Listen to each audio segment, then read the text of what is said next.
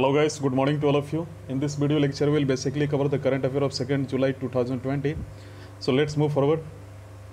So the first one article is belong to anniversary of International Asteroid Day, यानी अंतर्राष्ट्रीय क्षुद्रग्रह दिवस।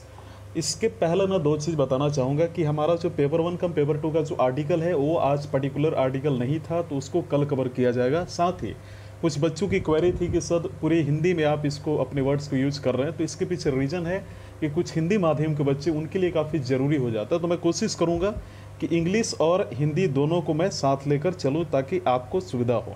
तो चलिए बढ़ते हैं। Anniversary of international asteroid day, तो पहला जो है हमारा ये 30 जून को ऑब्जर्व किया गया, राइट, और इसको मनाया गया। अब आपको ये ध्यान देना है कि इस दिन को 1908 में साइबेरिया और रूसी जो संघ है उस पर एस्ट्रॉयड के कारण तुंगस्का, राइट, विस्फोट के इम्पैक्ट की जो हम बोल सकते हैं एनिवर्सरी का प्रतीक स्वरूप मनाया जाता है।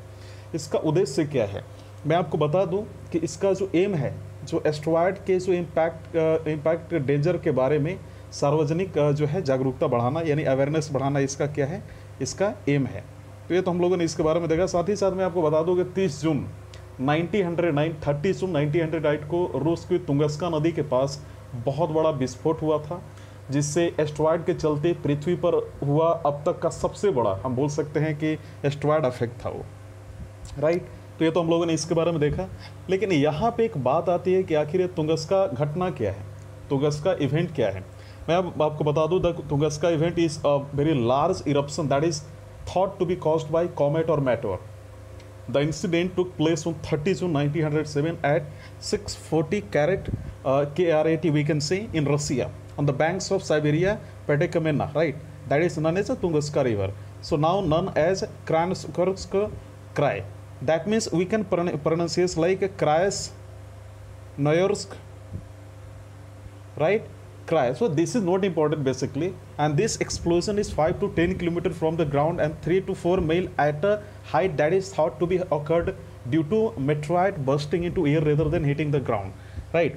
So we can say like this. So Tunguska event is very important happening that has been happened in the past, and the time was on that time the 30th of 1908. I have already told you the particular loss was mostly material damages to trees. And the reason behind this probable airburst of a small asteroid or comet. So I have already told you the place at Tunguska River in Siberia, that is on that time Russian Empire, right? In 1908 we can say that was a part of Russian Empire, right? So we have already seen about that. So the second one article is very important for us. Yeah, really the second one article is COG-X, right? You can see here COG-X.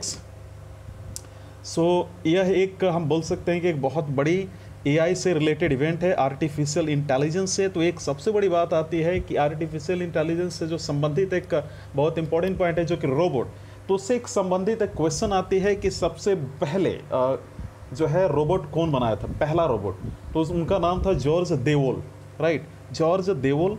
तो आपको याद रखना है 1954 पहली AI का जो robot तैयार हुआ था, जो कि that has been invented the first digitally operated and a programmable robot that called as the Ultimate. In 1956, Devol and his partner Joseph Engelberger formed the world's first robot company. Guys, in 1961, the first industrial robot Ultimate went online in the General Motors automobile factory in New Jersey.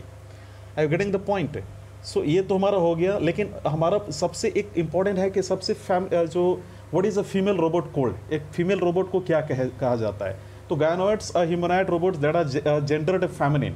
They are also known as female androids, right? So female robots or fembots, although some media have used other terms such as robotess and cyberdoll, that you can say like skin job and replicant, right?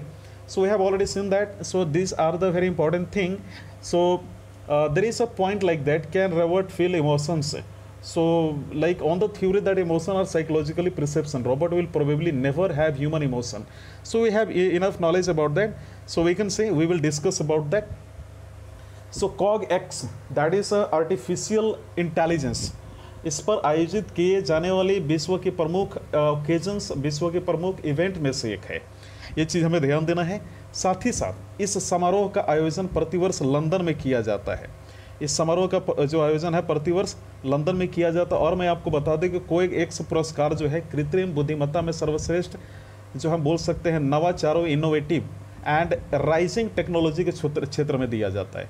लेकिन एक reason है कि आखिर ये चर्चा में क्यों है, इतना ये लाइमलाइट में क्यों है, बुलेटिन में क्यों है। मैं आपको बता दूं कि आर्टिफिशियल इंटेलिजेंस सक्षम हम जैसे बोल सकते हैं माई गवर्नमेंट जो माई गो इस तरीके का जो एक ऐप डाउनलोड लॉन्च हुआ, जैसे आप यहाँ पे देख भी सकते हो, राइट।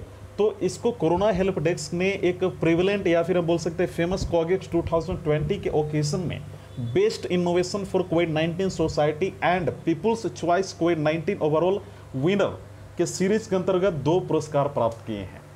आपको समझ में आ रहा है। अब यहाँ पे हमने ये इसके बारे में डिस्कस कर लिया है। अगला हमारा है जो न्यूज़ है, काफ़ी इंपॉर्टेंट है, गलोबा एंडरसोनी। अब यह है क्या, एक प्लांट जीनस है, इस बारे में हम लोग थोड़ा जानते हैं। तो यह एक रेयर है, हम जैसे एक अपने अगर लैंग्वेज में इसे अगर हम बात करें, ये चर्चा का कारण क्यों है मैं आपको पहले बता दूं। तो रिसर्चर्स की एक टीम ने लगभग 136 ईयर तक, आप देख भी सकते हो यहाँ पे, के अंतराल के पश्चात यानी उसके बाद तीस्ता नदी यानी तीस्ता जो रिवर है उसके वैली के जो रीजन्स हैं उसके पास सिक्किम हिमालय में इसे दुर्लभ और गंभीर रूप से आप जैसे बोल सकते हो, यहाँ पे आप देख भी सकते हैं काफ़ी ये एक इंडेंजर टाइप का हम बोल सकते हैं, दुर्लभ एवं गंभीर रूप से लुप्त प्राय यानी वनरेबल पौधों की जो प्लांट की जीनस है उसका पुनः खोजा गया उसको। लेकिन यहाँ पे इसको समझना है कि आखिर इसके बारे में अगर हम कुछ फैक्ट जानें जिसके गलोबा एंडरसोनी के बारे में, तो हम ये पाएंगे कि यह जो है दुर्लभ और गंभीर रूप से आप यहाँ पे देख भी सकते हो रेयर और एक इंडेंजर्ड, राइट, क्रिटिकली इंडेंजर्ड पौधों की जो है यानी प्लांट्स की जीनस है। अब यहाँ पे एक दूसरी चीज़ इससे जो संबंधित है कि इस प्लांट का जो सामान्यतः अगर हम जनरली बात करें तो डांसिंग लेडीज़ या फिर स्वैन फ्लावर्स के रूप में इसे जाना जाता है। तो एग्जाम में ये पूछा जा सकता है, मैं मानता हूँ कि काफ़ी इंपॉर्टेंट पॉइंट है। इस स्पाइसेस या जीनस को जो मुख्य रूप से तीस्ता रिवर के वैली वाले जो रीजन्स हैं वहीं तक इसका कन्फाइनमेंट है, सीमित है, जिसमें सिक्किम हिमालय एवं दार्जिलिंग जो पर्वत श्रृंखला है, जो माउंटेन सीरीज है, वहाँ तक ये शामिल है।